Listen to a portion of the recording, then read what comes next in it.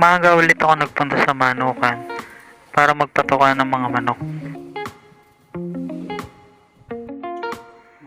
Dahil rest day ko na ulit sa trabaho, may oras na ulit ako para sa aking manukan.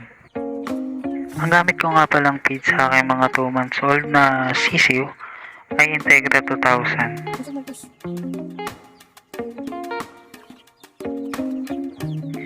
25 pieces silang nakakulong dito. Next week ang schedule ng paglipat nila sa mas malaking kulungan. Mas mabilis kasi silang lumaki kapag malawak ang kanilang ginagalaan.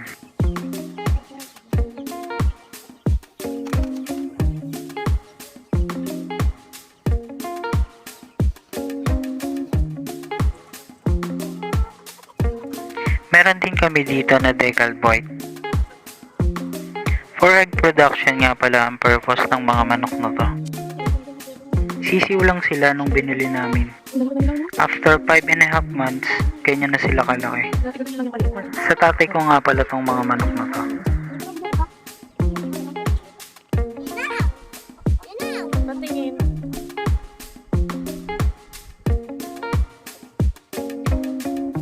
Nakakuha ulit ako ng 2 itlog sa aking lumang inahin. Mainit-init pa nga nung kinuha ko.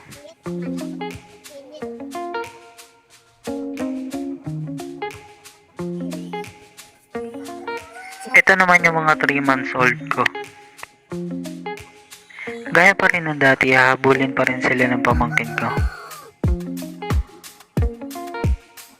Ito na rin yung nagsisilbing exercise ng mga sisiw ko sa umaga.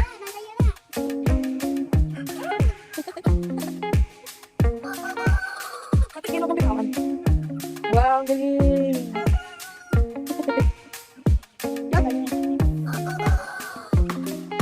Hindi siya naman kasi maliit pa siya. Ganda. Chinek ko nga pala yung isa kong inahin kung may itlog na siya. Isa pa lang kasi yung umiitlog sa kulungan na to. Kaya nagtataka kung bakit ganito kalit yung kulungan ko para sa mga breeder ko. Ang sagot ay para focus lang sila sa pag-produce ng mga itlog.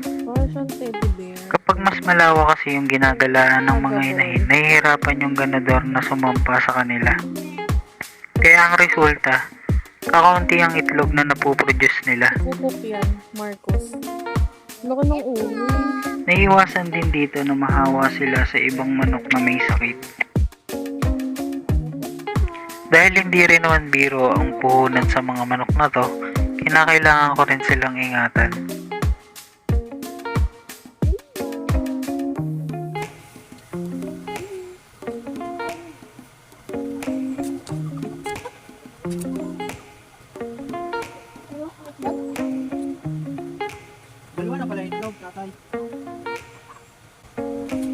May inahina naman na umitlog sa maling paitlogan.